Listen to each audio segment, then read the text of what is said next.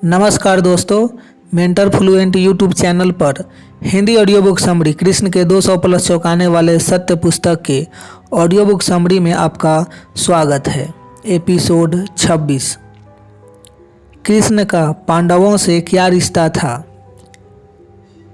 कृष्ण यदुवंशी थे और पांडव कुरुवंशी थे और दोनों की जड़ यानी पिता एक ही थे, राजा ययाति।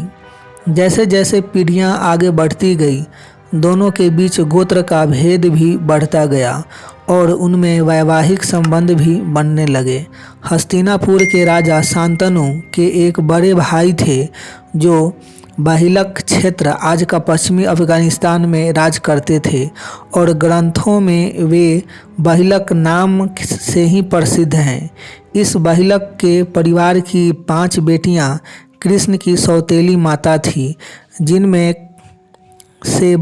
से बलराम की मां रोहिणी सबसे बड़ी थी।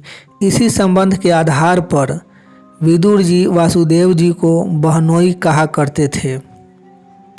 विदुर जी उद्धव से पूछते हैं, हम कुरुवंशियों के बहनोई वसुदेव जी कुशल से तो है न, जो कुंती आदि अपनी बहनों की पिता के समान देखभाल करते हैं। आदरणीयों में श्रेष्ठ वे वसुदेव जी कुशल से तो है न। भागवत पुराण स्कंद 3 अध्याय 1 श्लोक 27। पांडवों की माता कुंती वसुदेव जी की सगी बहन थी। मथुरा गणराज्य के पूर्व राजा सूरसेन के वसुदेव जी सहित 10 बेटे तथा कुंती सहित 5 बेटियां थीं। इसका पूरा विवरण एक पिछले प्रश्न के उत्तर में दिया गया है, जिसे यहाँ दोहराने की जरूरत नहीं है। राजा सूरसेन ने अपने निःसंतान मित्र राजा कुंती भोज को अपनी बड़ी बेटी, जिसका नाम पृथा था, दत्तक पुत्री के रूप में दे दी थी। कुंती भोज के घर में ही यही पृथा कुंती कहलाने लगी। युवावस्था में उनकी शादी राजा धृतराष्ट्र के छोटे भाई पांडु के साथ हुई और बाद में वह 3 पांडवों की माता बनी। प्रसिद्ध ग्रंथ गीता तथा महाभारत में कृष्ण बार बार अर्जुन को पृथा पुत्र इसलिए कहते हैं। कुरुवंश की बेटी रोहिणी की बेटी सुभद्रा कुरुवंश के ही एक वंशज अर्जुन से ब्याही गई थी। यही नहीं, अगर दक्षिण भारत में प्रचलित लोक कथा को माने तो सुभद्रा के बेटे अभिमन्यु ने विराट की पुत्री उत्तरा के अलावे अपने सगे मामा बलराम की बेटी शशि रेखा से भी शादी की थी। अर्जुन के चचेरे भाई दुर्योधन की बेटी लक्ष्मणा की शादी बड़े ही हंगामे खेज तरीके से कृष्ण के पुत्र शाम से हुई थी। यह विवरण इन दोनों वंशों के गणमान्य लोगों के संबंध के हैं, लेकिन इनके अतिरिक्त इन दोनों परिवारों के अल्प प्रसिद्ध लोगों के बीच भी न जाने कितने वैवाहिक संबंध हुए होंगे, जिसका कोई विवरण इतिहास में आज उपलब्ध नहीं है। यानी कुल मिलाकर यह कहा जा सकता है कि कृष्ण और पांडवों की अनेक प्रकार से रिश्तेदारी थी। क्या कृष्ण अर्जुन पुत्र अभिमन्यु के गुरु थे? ऐसा कोई विवरण महाभारत या पुराणों में उपलब्ध नहीं है जिसके आधार पर यह कहा जा सके कि कृष्ण ने एक गुरु की भूमिका में अभिमन्यु को कभी शिक्षित किया था। हाँ, महाभारत में इस बात का विवरण उपलब्ध है कि अभिमन्यु का बचपन द्वारका में ही बीता था और वहीं उनकी शिक्षा दीक्षा का प्रबंध किया गया था। वे अपने नाना वासुदेव जी के लाडले थे तथा उनके आचरण और सीखने की जिज्ञासा से कृष्ण भी बहुत प्रभावित थे, लेकिन कहीं भी यह नहीं बताया गया है कि कृष्ण ने अपनी ओर से उन्हें कुछ सिखाने की कभी कोई कोशिश की थी। अगर अभिमन्यु ने अपनी उच्च कोटि की जिज्ञासा के कारण अपने मामा कृष्ण से स्वतः कुछ सीखा हो तो अलग बात है, अन्यथा कृष्ण तो पांडवों के वनवास तथा आर्यावर्त की अन्य राजनीति में फंसे होने के कारण बमुश्किल 2-4 महीने एक साथ कभी द्वारका में टिक पाते थे। जो लोग कृष्ण के जीवन को जानते हैं उन्हें मालूम होगा कि कृष्ण ने कभी किसी को औपचारिक तौर पर कुछ सिखाने की कोशिश नहीं की। उन्होंने अपने जीवन में जो कुछ सीखा अपनी अंतर्दृष्टि से सीखा, और जो कुछ कहा परिस्थिति की मांग पर कहा। किसी को कुछ सिखाने हेतु विशिष्ट रूप से आग्रह करना कृष्ण की मानसिकता में ही नहीं था। जैसा कि टीवी सीरियल में बताया गया है, क्या कंस वाकई गंजे यानी बाल रहित थे? यह बात न तो हिंदू धर्म के महाभारत तथा किसी पुराण में उद्धृत है और न ही जैन धर्म के किसी हरिवंश पुराण, पद्म पुराण, 63 श्लोका पुरुष जैसे ग्रंथों में उद्धृत है, जिनमें कृष्ण तथा उनसे जुड़े ऐतिहासिक पुरुषों का विस्तार से उल्लेख किया गया हो। बौद्ध धर्म के ग्रंथों में भी इस बात की कोई चर्चा नहीं मिलती है। अतः यह बात आजकल के लोगों की मनगढ़ंत कल्पना है। बल्कि सच्चाई तो यह है कि मथुरा के रंगशाला में जब कृष्ण बलराम के द्वारा कंस के अनेकों पहलवान मार दिए गए तो वह विक्षिप्त हो गया, और उसी विक्षिप्तावस्था में उसने नंद, वसुदेव, देवकी तथा अन्य यादवों को मारने और बंदी बनाने की आज्ञा दे दी। फिर तत्क्षण ही कृष्ण इतने लोगों की जान बचाने के लिए उछलकर मंच पर चढ़ गए और कंस की चोटी पकड़कर उन्होंने उसे सिंहासन से गिरा दिया। वैशंपायन जी कहते हैं, कृष्ण ने अपनी एक मोटी बाँह बढ़ाकर रंगशाला में कंस की चोटी पकड़ ली। हरिवंश पुराण विष्णु पर्व अध्याय 31 श्लोक 76। कृष्ण द्वारा झटके के साथ डाला गया कंस पृथ्वी पर गिरकर छटपटाने लगा। हरिवंश पुराण विष्णु पर्व अध्याय 31 श्लोक 81।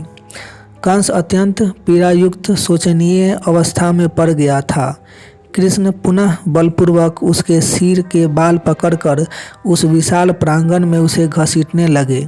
हरिवंश पुराण विष्णु पर्व अध्याय 31 श्लोक 82। रंगशाला में खिलवाड़ करते हुए घसीटकर निर्जीव हुए कंस के शरीर को कृष्ण ने पास ही छोड़ दिया। हरिवंश पुराण विष्णु पर्व अध्याय 31 श्लोक 84। भागवत पुराण में भी बताया गया है कि कृष्ण कंस के केस पकड़कर घसीटते हुए उसे सिंहासन से गिरा देते हैं। सुखदेव जी कहते हैं, इसी समय कंस का मुकुट गिर गया और कृष्ण ने उसके केस पकड़कर उसे भी ऊंचे मंच से रंगभूमि में गिरा दिया। फिर परम स्वतंत्र और सारे विश्व के आश्रय कृष्ण उसके ऊपर स्वयं कूद पड़े। भागवत पुराण स्कंद 10 अध्याय 44 श्लोक 37। इस प्रकार उपरोक्त प्रमाणों से यह स्पष्ट है कि कंस गंजा नहीं था। कृष्ण ने कंस का वध करने हेतु उसके केस को ही पाला हथियार बनाया था। अतः इस मामले में टीवी वालों की बात बिल्कुल गलत है। कृष्ण किस बात के लिए युधिष्ठिर पर क्रोधित हो गए थे? यह प्रसंग महाभारत युद्ध की समाप्ति के बाद भीम दुर्योधन के गदा युद्ध से पहले का है। संपूर्ण महाभारत में इस बात को विशेष रूप से उभारा गया है कि युधिष्ठिर सत्यवादी थे और परम नैष्ठिक थे। सत्य और नीति का पालन करने वाला उस काल में उनके समान दूसरा कोई नहीं था, और इस बात का बड़े गर्व के साथ जगह जगह पर वर्णन किया गया है। परंतु महान आत्मज्ञानी तथा समय के पक्के गणित के ज्ञाता कृष्ण की नज़र में इन बातों की कोई अहमियत नहीं थी। उनकी नज़रों में जब जो होना चाहिए वही होना चाहिए, और जो नहीं होना चाहिए वह नहीं ही होना चाहिए। सो जब युद्ध हार चुका दुर्योधन निहत्था होकर तालाब में छुपा हुआ था और पांडवगण उसे ढूंढ रहे थे, उस समय जब मार्ग में विपरीत दिशा से आ रहे भील व्याधों से पता चला कि दुर्योधन एक तालाब में छुपा हुआ है, तो वे सभी पांडव पंचाल के कुछ गणमान्य सैनिकों सात्विक तथा कृष्ण के साथ उस तालाब पर पहुंच गए और दुर्योधन से बाहर निकलकर युद्ध करने की चुनौती देने लगे। इस पर दुर्योधन ने तालाब के अंदर से ही कहा कि वह रथहीन और निहत्था है, इसलिए अभी उस चुनौती का कोई अर्थ नहीं है। तब सत्य और नीति का पालन करने के अभिमान में चूर युधिष्ठिर ने कहा, युधिष्ठिर बोले, वीर भरत नंदन दुर्योधन, तुम कवच धारण कर लो और अपने केशों को अच्छी तरह बांध लो। कोई आवश्यक सामग्री तुम्हारे पास न हो उसे भी ले लो। वीर, मैं तुम्हें यह भी एक वचन देता हूँ कि तुम हम पांचों पांडवों में से जिसके साथ युद्ध करना चाहो उस एक का ही वध कर देने पर तुम राजा हो सकते हो, अथवा यदि स्वयं मारे गए तो स्वर्ग प्राप्त करोगे। सूरवीर, बताओ, युद्ध में जीवन की रक्षा के सिवा तुम्हारा और कौन सा प्रिय कार्य हम कर सकते हैं। महाभारत शल्य पर्व अध्याय 32 श्लोक 60 से 62।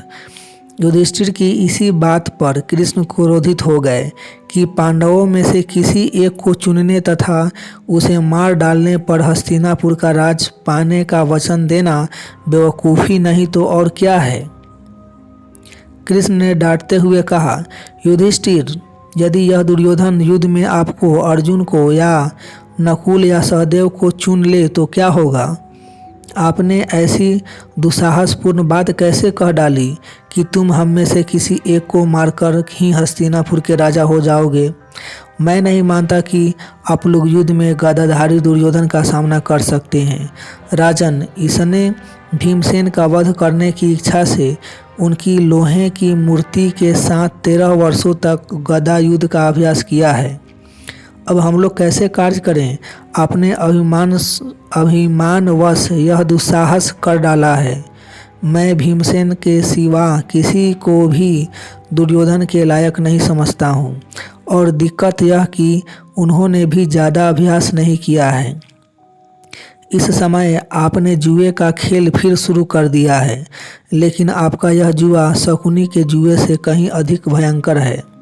माना कि भीमसेन बहुत बलवान है, लेकिन दुर्योधन ने अभ्यास बहुत अधिक किया है, और यह बात तो सब जानते हैं कि एक ओर बलवान हो तथा दूसरी ओर युद्ध का अभ्यासी, तो ऐसे में अभ्यासी का पलड़ा ही भारी पड़ता है।